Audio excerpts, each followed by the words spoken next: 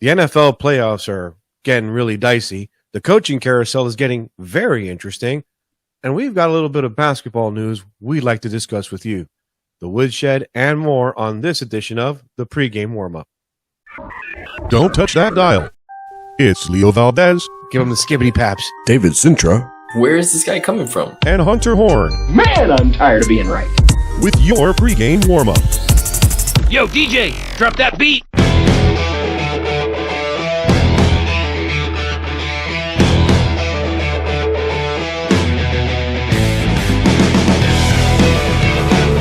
Alrighty, boys, let's get started. You know, Dave, while we were setting up the social media this past week, which, by the way, everybody, is the Ohio State, it's in the name, the official PGW, on Instagram and both Twitter, it seems we've already started to get some pretty crazy messages, huh?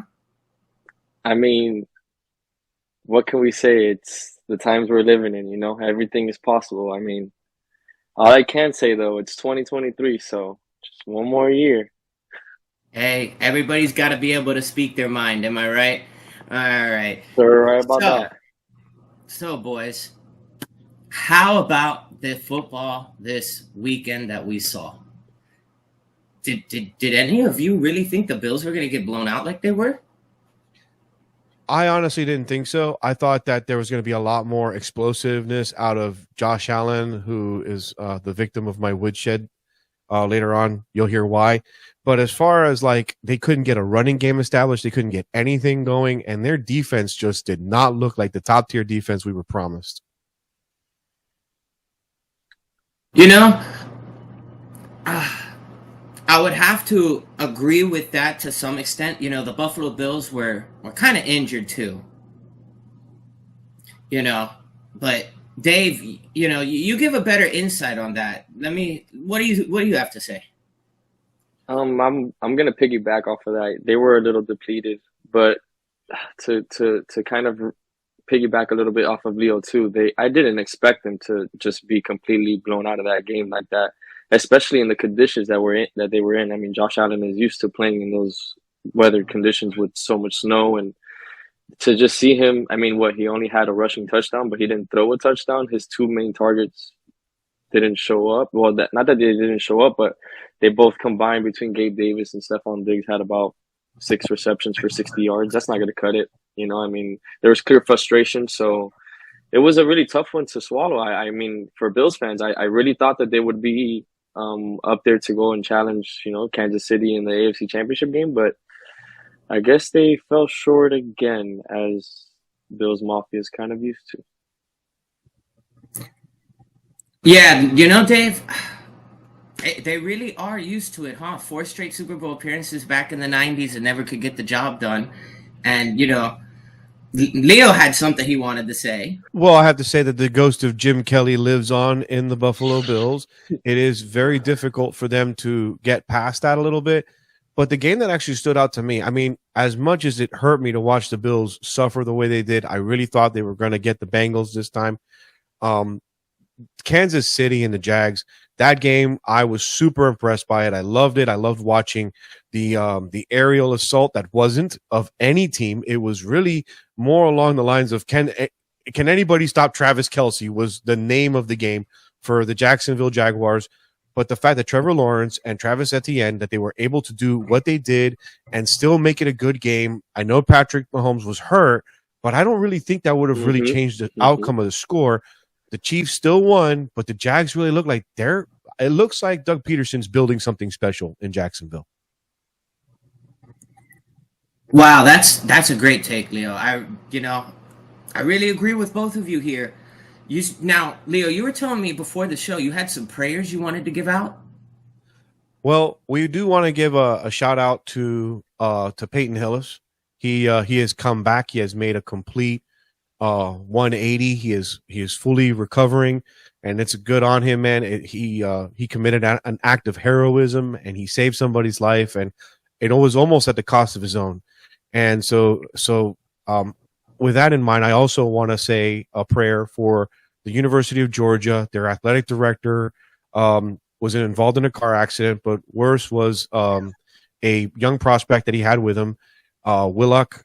We're praying for him. We're praying for his family. He is still in critical condition in the hospital. So our prayers go out to the Georgia program, to the Georgia Bulldog family, and to the Willock family. Absolutely, absolutely. You know, at the end of the day, off the field, we're all just one big family out there. That's right. All right, Leo. Well, that was a fair take on things. And with that, here on the pregame warm-up, we are going to take a quick commercial break. But we will be right back with more championship talk, carousel talk, and maybe a woodshed.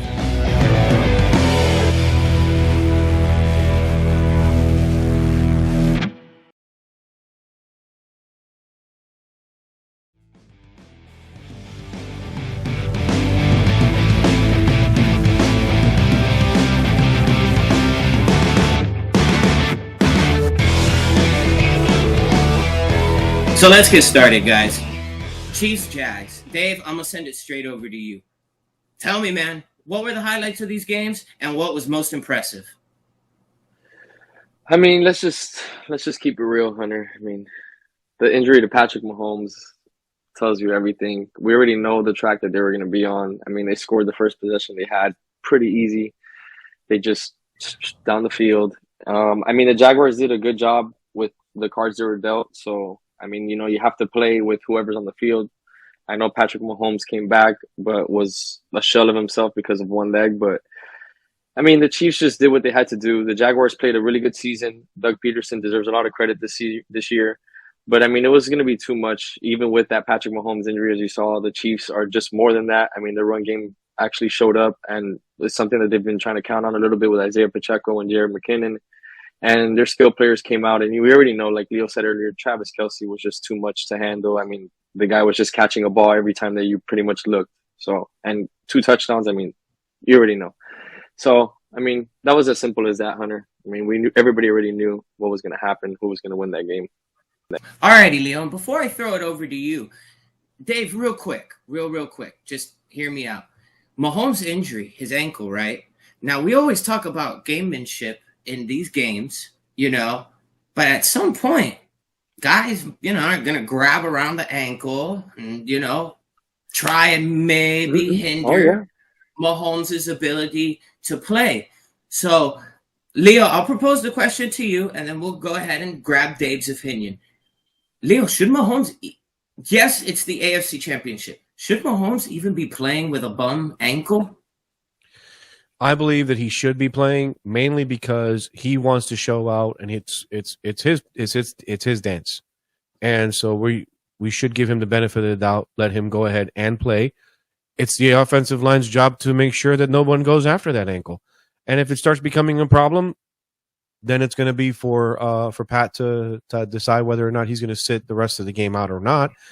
The one thing you don't want him to do is suffer a catastrophic injury, but I mean, to be honest, they were playing the Jags, and honestly, the Jags they're there. There's great things happening in Jacksonville, but you could trust Chad Henne to hand the ball off, and McKinnon and Pacheco were doing their thing. This is not going to be the same team that they're facing off. They're facing the Bengals. The Bengals are hungry. It's a completely different feel, really. But in reality, at the end, it's going to be up to Mahomes come around the third, fourth quarter, whether or not he wants to keep putting himself out there. That's a great point. And, you know, I'll adjust the question real quick before I pass it to Dave. You know, Dave, saying not Mahomes per se, but is this Chiefs offensive line going to be able to protect an injured Mahomes? Because whether or not he says he's feeling healthy or not, I know you and we talked about this. That was a nasty looking high ankle sprain. I'm surprised that it didn't break his ankle in half. Oh yeah, it was pretty nasty. I mean, you saw how he landed on him with his weight. I mean, it kind of almost looked like his knee almost got kind of tweaked too. But you can see that was a super high ankle sprain, and for the fact that he came out to still play, it just shows you the type of player that he is. That's why he's such a great quarterback. His team rallies around him, not only because of his arm talent, but you just see how tough the kid is. But, I mean, all in all, you know, he has to play. This is an AFC Championship game. He's going to tough it out. You know, they're going to give him whatever is needed, some shots or whatever is needed for him to be out there to play.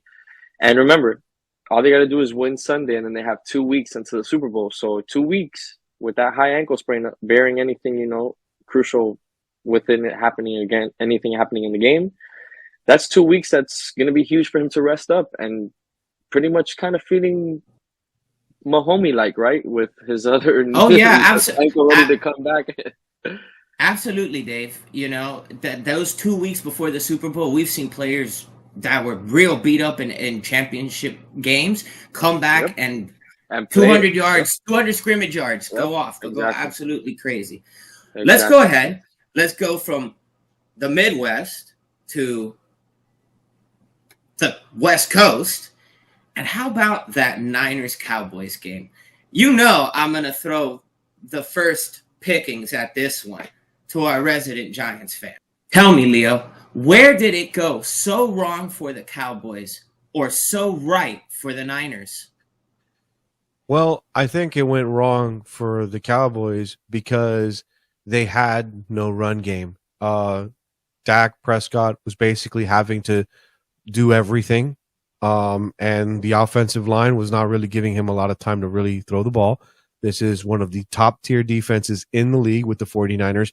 It's kind of how I predicted the game to go. It would have been nice to watch the Cowboys run it and do Cowboy-like things, but again, they actually did Cowboy-like things and lose a playoff game. So I think this was more about the 49ers showing that Brock Purdy really isn't the guy who's going to get this done. Their next game is going to be against the Eagles. I know we're going to cover the Eagles and Giants, and that wasn't a game, that was a beatdown. But staying in conjunction with the 49ers game, I think the 49ers, if anything, showed that if they go up against a better defense than the Cowboys, which they will be doing, they're probably not going to win this NFC Championship game. The old adage is defense wins championships, and running the ball, you possess the ball more, you're going to usually win the game. Dave, I'll throw it straight over to you. Same question, man. Watching this game, what was your observation? I mean, it almost felt like the Cowboys were going to self-implode, like Stephen A. likes to say, they're the accident waiting to happen. I mean, it kind of happens all the time. Their fans kind of do it to themselves.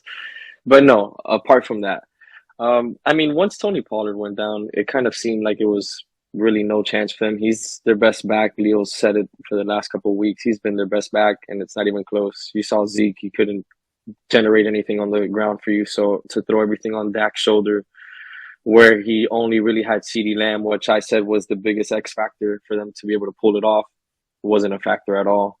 Actually got stopped by a linebacker. I know it's Wagner, and he's one of the best in the league, but you let a linebacker stop you down the middle of the field. I mean, that kind of showed you everything.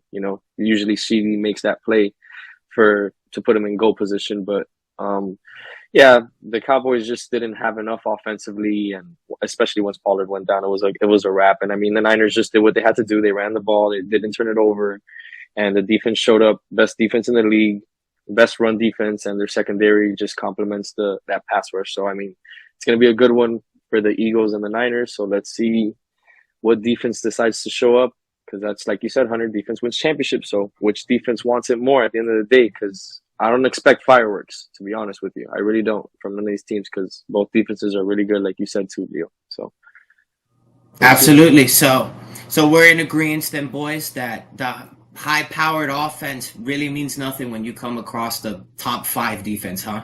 Most definitely. Yep. I can somewhat disagree with that point. Sorry.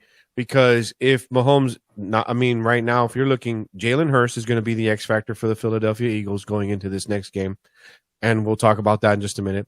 But if Mahomes doesn't get injured, you're talking about maybe a wider margin of victory against the Jags. And then you're talking about a high-powered offense in Cincinnati that can probably get something done. So it's offense puts fans in the stands and defense win championships. But the fact is that you kind of need a really good mix of both.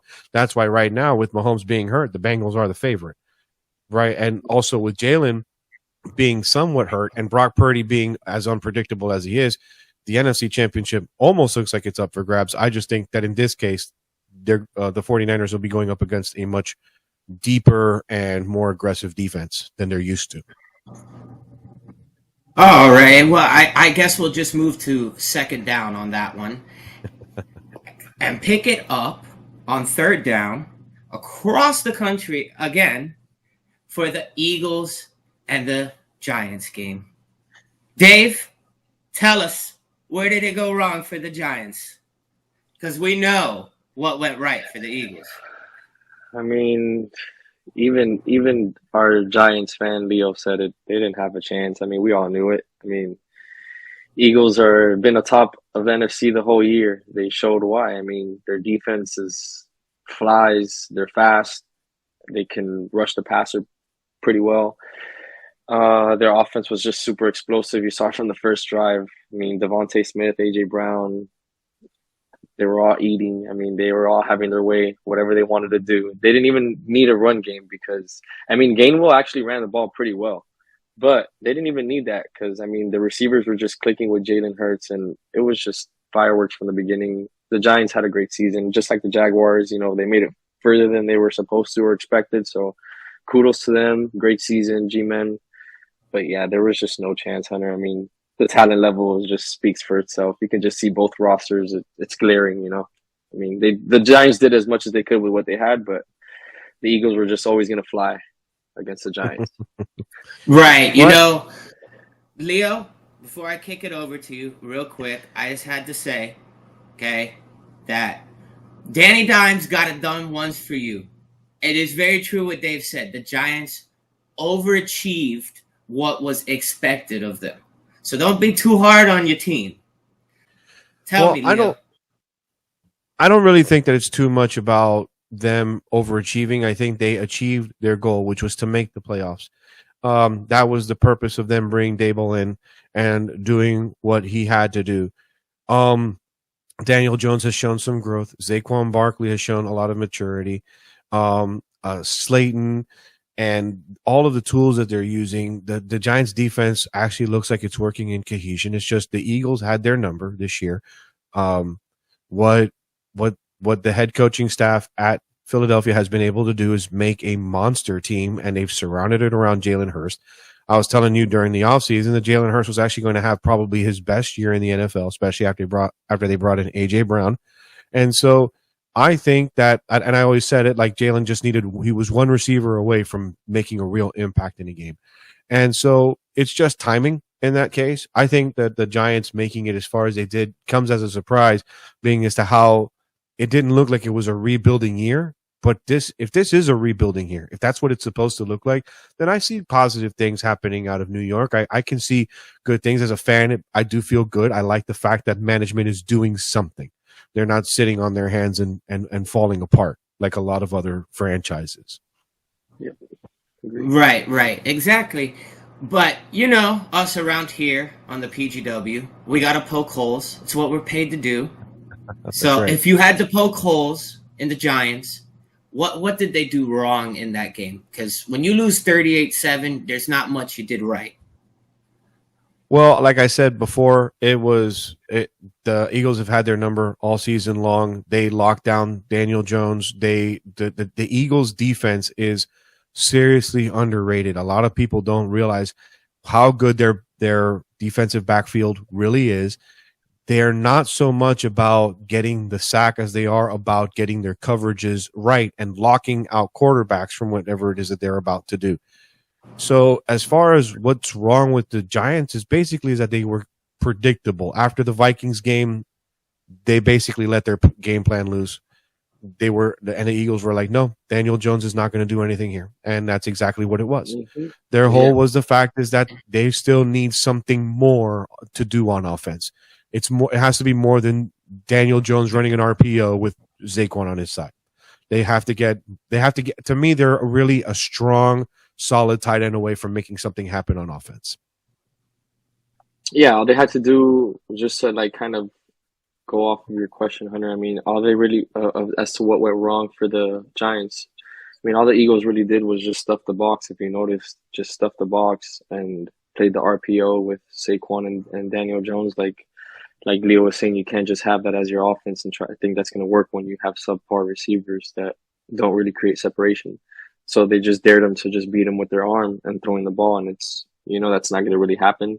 the Giants are the best when they're using the RPO, and then it opens it up a little bit. But if you don't have your RPO going because they're just stuffing the box on you, you're not gonna generate anything. So that's exactly what they did. Dared them to throw. They really couldn't throw it. They knew it, and the secondary, they all play in unison, like Leo was saying, and they look for the picks. Actually, the Eagles really do look for picks. They're one of the best secondary ball hawks, led by Darius Slay back there and Gardner Johnson. They're a really good secondary. So dared them to throw it, couldn't throw it. That's exactly what happened, Leo. You were right. Yep. No, exactly, righty. Well, we're gonna go ahead and move past the hurting that Hurts put on the Giants. And here on the pregame warmup, we're gonna take a quick break, but we'll be back with your future look at your conference championships, the coaching carousel, and who we're taking to the woodshed this week.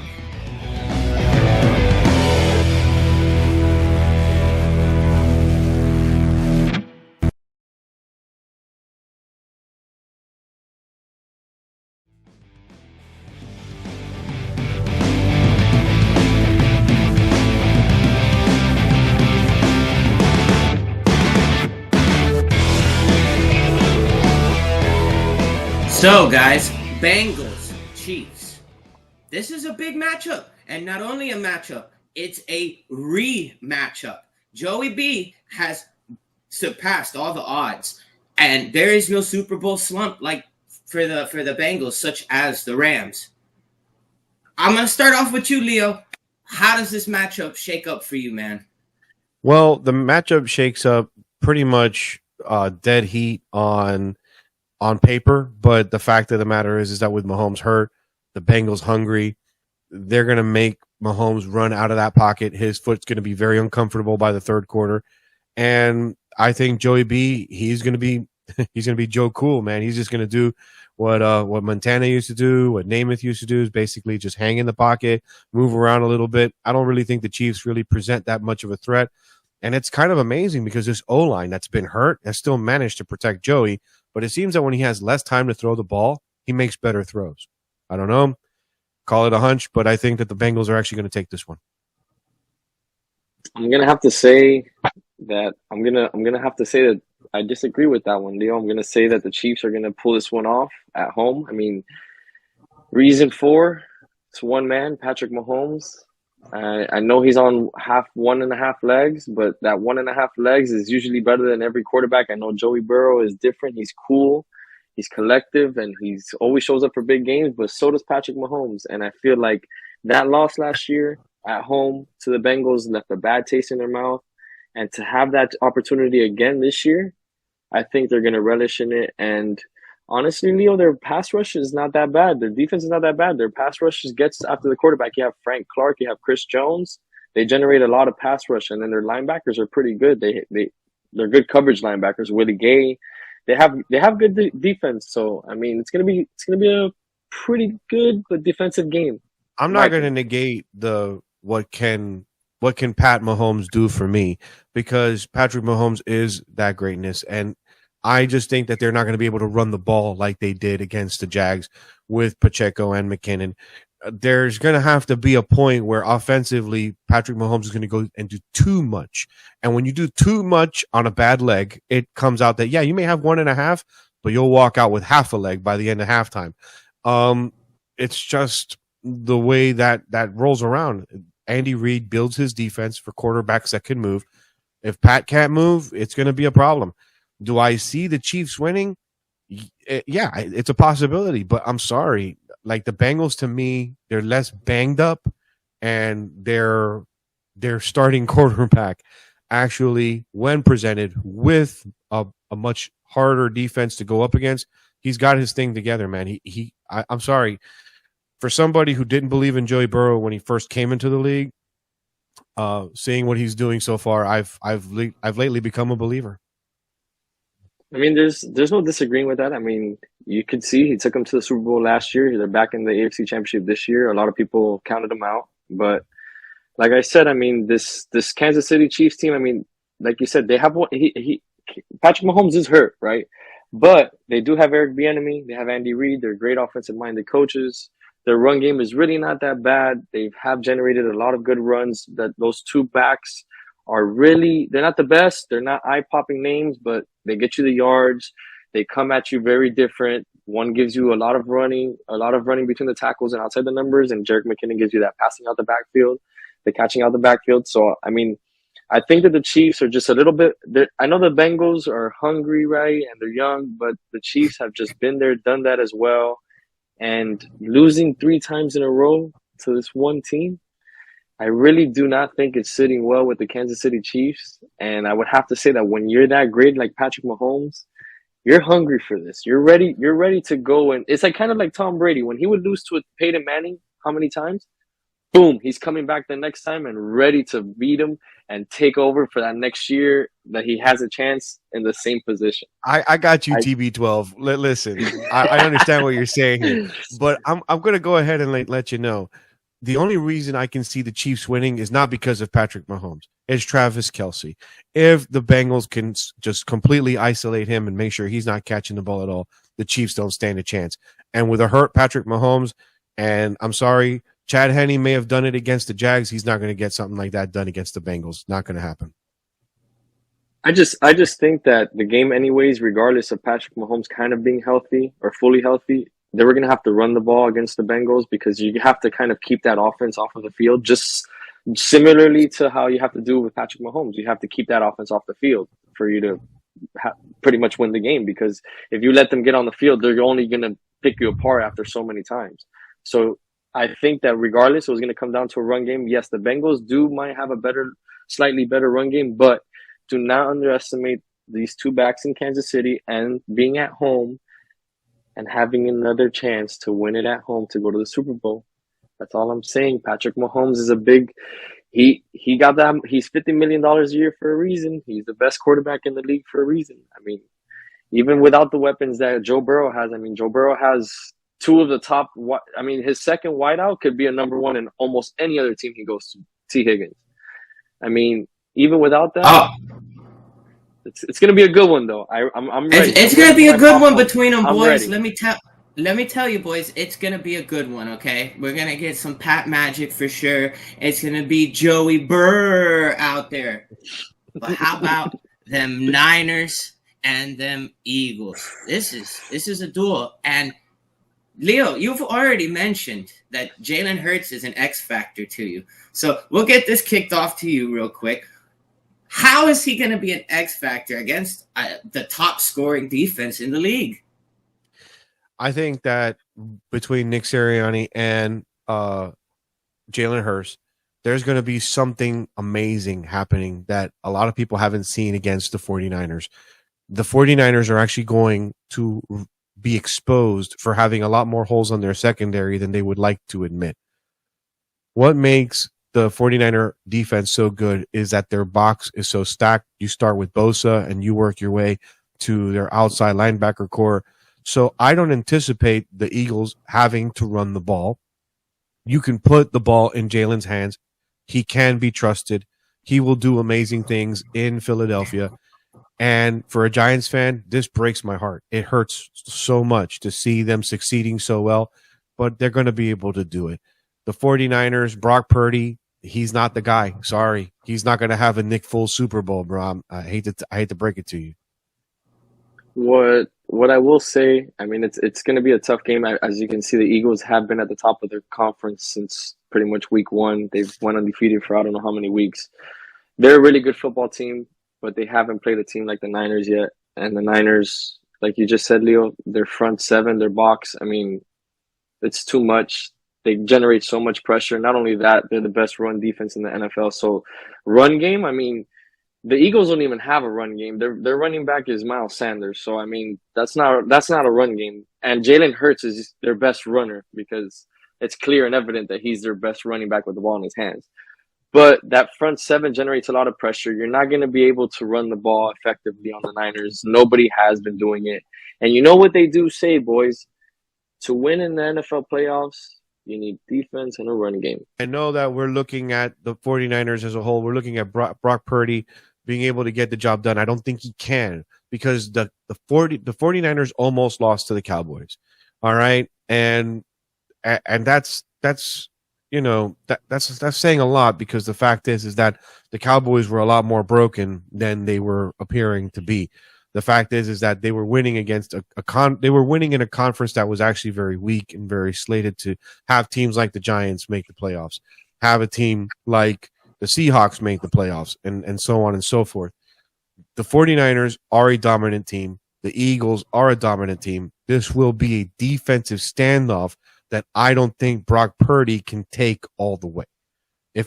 I'll be honest with you, if it was Jimmy G, I'd be saying otherwise.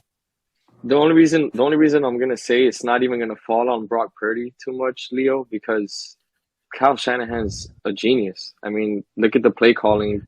There's so much motion. It's not really Brock Purdy having to do much. It's so much motion.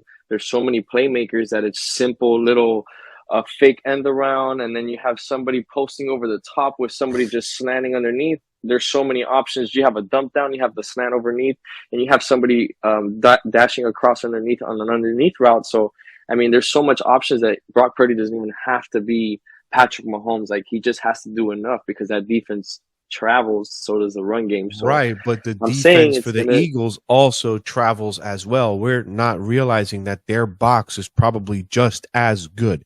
So if I'm putting Jalen Hurts against a 49ers defense, I have more trust in that than I have Brock Purdy against trying to throw an undersweep, or he's trying to I can even say this: Brock Purdy probably on a handoff is probably a lot more shaky than Jalen Hurts handing it off to Miles Sanders. Miles Sanders will probably get -1 yards. And Christian McCaffrey, the top, he'll also get -1 yards because this box for the Eagles is stacked as well.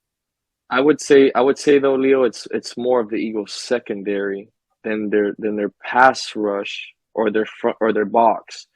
I mean, the Giants don't really have much. So, I mean, if you want to go that the Niners play the Cowboys, I mean, the Giants are not better than the Cowboys, right? I wouldn't say that.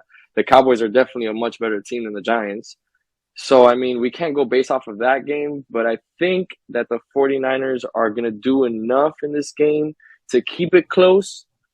This is how I either see it. I either see the Eagles blowing them out, or I see it a really close game. And if it's a really close game, the 49ers are going to pull it off by probably a field goal, because the Eagles are not used to these close games. I'm telling you, they're not used to the close games. The Niners are. They've been in a lot of them. That makes a difference, defense and the run game. It's going to be an interesting one, though, boys. I'm ready.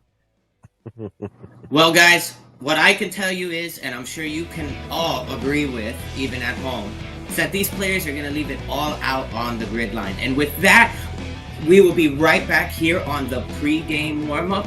Please don't touch that dial.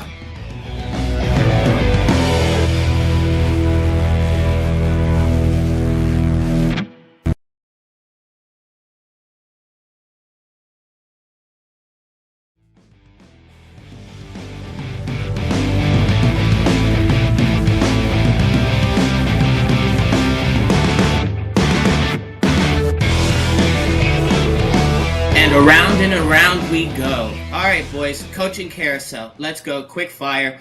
Best coach hire in college football right now. Dave, starting with you. I mean, it's kind of clear and evident to me. I mean, primetime at Colorado, the Buffs. I mean, look what he's already done. He's already he had one top corner decommit from UM. I think it was 200, right? Decommitted from us and went over there to the Buffs. I mean, he brought over his son at quarterback. He brought over the other number one corner that he got on last year's transfer window. I mean, he got a really good tight end. He got a top 5 tight end right now that just committed. They're upgrading their pass rush as well. They just got a defensive end that signed over there. I mean, they're top 30 recruiting class already. As soon as it was like 2 months ago that he decided, or a month ago that he decided to become the coach, and look how much they've climbed in the recruiting class. So, I mean, to me, I think it's kind of clear. I think primetime is going to actually get the Colorado Buffs up to the top and have them compete. I mean, especially that the college football championship moves to top 12 team eventually. So I think we might see the Buffs in there one day. Thanks. And rapid fire again, real quick. Dave, NFL. Not a lot of coaches been hired just yet that are big primetime names. But so far, real quick, best hire. Best hire, it's got to be today. A Nathaniel Hackett hire. with the Jets. I mean, great hire. I mean, they needed it. Now maybe they can lure Aaron Rodgers. That's kind of what the Jets were missing. It was a quarterback because their defense is locked down, have some nice pieces out there on the offensive side. So I think Nathaniel Hackett was a really good hire by the Jets. I hate to say it as a Patriots fan, but pretty good hire. Leo, I'll propose to you the same question, man. Rapid fire, best coach hire, college football, man. What's on your plate? Well, in college football, I think that the best hire was Hugh Freeze to Auburn. He's going to turn that program around like he did with Liberty. He's already making huge strides for the Auburn Tiger program. But I would have to say, actually, the best hire was a rehire, was the renegotiated contract for Josh Heupel out in Tennessee. The Tennessee program is looking to make things in the SEC look. I mean, if we thought the SEC was powerful before, it's about to get really hairy out there. I know Arkansas is looking for they're looking for a change as well.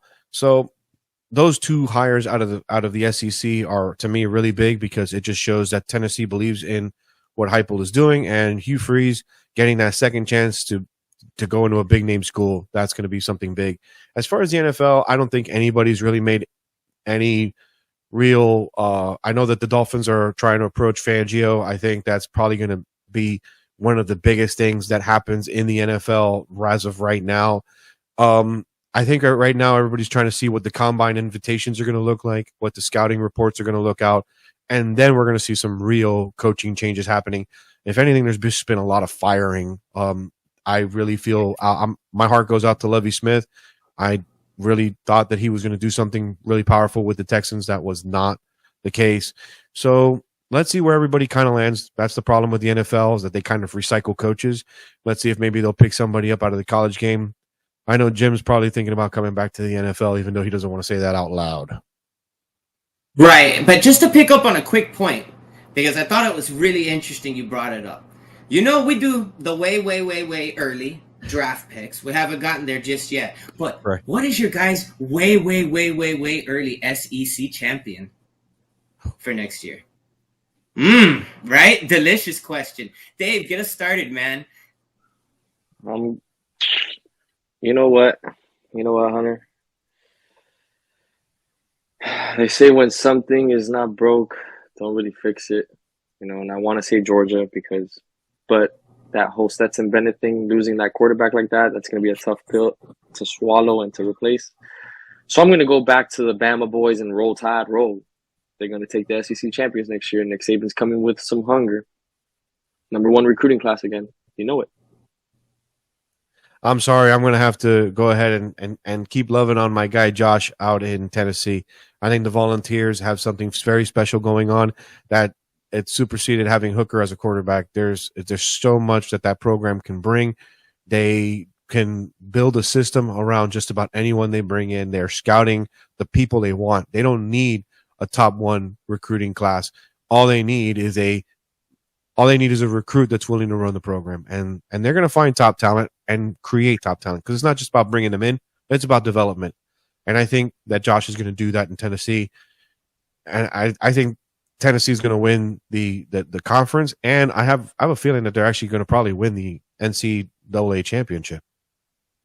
Bold prediction. that is a bold prediction around here. We like that on the pregame warm up. And before we take a quick break, I'm just gonna pass this to Dave because I've been told it's illegal for me to talk about basketball. I thought this was LeBron James' son was gonna be working at McDonald's.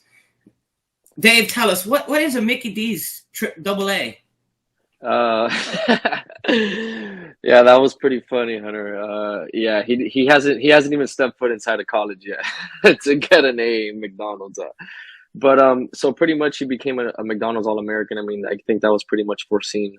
Also, given the title of his name. I mean, obviously you have to be some type of a good ball player, but just with having LeBron as your dad, kind of gives you a lot of power and push forward, right? I mean, he's not a bad player.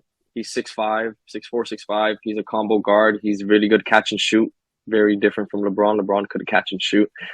He's a playmaker. He's kind of like a point guard, but a tall point guard. He's 6'5". He averaged about 16 points this year, 5 assists. So I mean, it's not it's not something that you're like, oh my god, like he's scoring 25 points a game and like really lighting it up, you know. But I mean, so that's why I'm saying, I mean, having LeBron as your dad kind of helped him because 16 points, 5 assists, like let's be real, I averaged that my senior year in Columbus, maybe even more. So, but yeah, I mean, that kind of helps you, you know, Hunter. I mean, but you know, I mean, he's got a bright Break future. it. Hopefully, he's still young. I mean, you never know. I mean, there's still time for him to be able to develop more. He's 17, so he'll probably make it to Breaking. NBA, you know. Breaking the hearts of LeBron fans everywhere here, Dave. Man, oh man. Alrighty, well, everybody, we will be right back here on the pregame warm-up with our favorite segment and your favorite segment, The Woodshed. Stay tuned.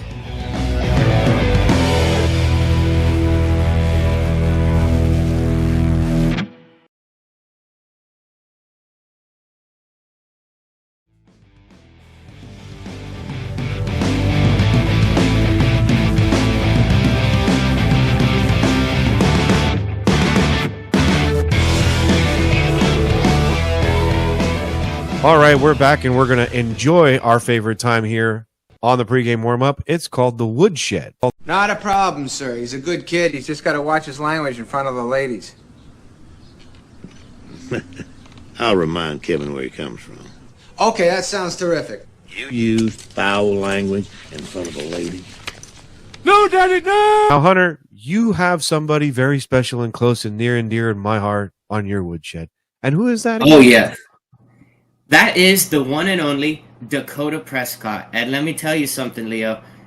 Jerry Jones might be meeting with Dakota. He might have already met with Dakota and told them, you know, Dakota, I see my life with the Cowboys.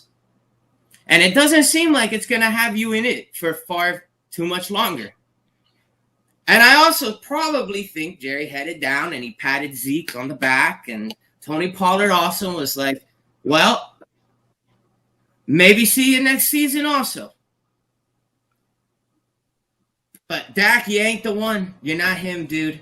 You threw for 200, 2 interceptions, 60% completion rating, like a 60-70 QBR. That's not going to win any Super Bowls. That shouldn't have even won. It didn't win a playoff game. In fact, it was embarrassing. 1 touchdown with a missed extra point. And you let the last pick of the draft show you up, basically. Dakota to the woodshed. Alrighty, well, that was my woodshed. Dave, who you taking? Well, Hunter, let's keep it in Big D. And I'm taking Mike McCarthy to the woodshed this week. I mean, let's put his track record out there, right? The guy has 1 Super Bowl to show for his career when he's played with nothing but great quarterbacks and great teams. 1 Super Bowl. Struggles to win in the playoffs. That's just the reality of the situation. At the end of the day, the head coach has personnel decisions that they go through, right? I mean, the decision to kind of be okay with letting Amari Cooper go, I mean, kind of bit him in the booty pretty bad. I mean, you have no receiver outside of CeeDee Lamb, so that kind of cost you. Your play calling was terrible. I mean, your game management overall has just been terrible overall through the years. We already know this. That's why that's why he's a great coach for the Cowboys, because they're an accident waiting to happen. And that's exactly what Mike McCarthy is. He's an accident waiting to happen. He'll lose the game. They can be up and he's going to find the way to lose the game. And I mean, this is not just here in Dallas. It's happening in Green Bay. And that's exactly why he only has 1 Super Bowl to show for it with one of the greatest quarterbacks of all time that he had with Aaron Rodgers. I mean, at this point, I think it's time to cut ties, man. That's it, Mike. I mean, you've already shown that you were one and done. I think it's just not meant for you. The game's changing. You're not really catching up. It's not working out. I mean, it might be time to go along with Dakota. You never know. Jerry Jones might give you the axe too. Seems like it. It might be a great call. Mike McCarthy, you cost the Cowboys another year to go to the Super Bowl, and another depressing year for your fans to go out crying to the woodshed, buddy. Alrighty, Leo, I'm kicking it over to you. Who are you taking to the woodshed this week? Well, I'm taking my all-time favorite guy, Josh Allen. I had such high hopes for him. I really thought that the Bills were going to make the Super Bowl this year. But Josh, it's time for us to have that nice chit-chat, you and I, and really talk about something sincere. I was talking earlier about the ghost of Jim Kelly. Well, Jim Kelly actually made it to the Super Bowl, bro. How is it that everybody says that you have such a hard time playing in the snow, but you went to Wyoming for college? Like, the whole state is made out of snow. I don't understand. Like, you had everything ready. You had the whole team behind you. You had the whole Denny Hamlin situation where you were going to, I'm sorry, Denny Hamlin is NASCAR. I'm completely losing my mind over here with you, buddy. But I'm going to say Damar Hamlin. Damar Hamlin situation going down. You had your whole team rallying around it. You had your whole team rallying around you. You were the guy. And all of a sudden, you couldn't throw anything anywhere because the flurries of the snow were scaring you. Bro, seriously, I don't think Buffalo should build you a dome. I think you should grow a pair and learn how to throw the ball in the snow. You play football. Wow, Leo, that was some energy this week you were bringing, man. But let me tell you, Josh Allen deserved it. And with that, we have reached the time where we have to say goodbye to all of you. But if you want some daily content, you can go ahead and follow us over at the official PGW. Again, the is in the name, like the Ohio State. And with that, everybody, we wish you a blessed weekend. I'm Hunter Horn. I'm Leo Valdez. And I'm Dave Central. And this is the Pre-Game Warmup.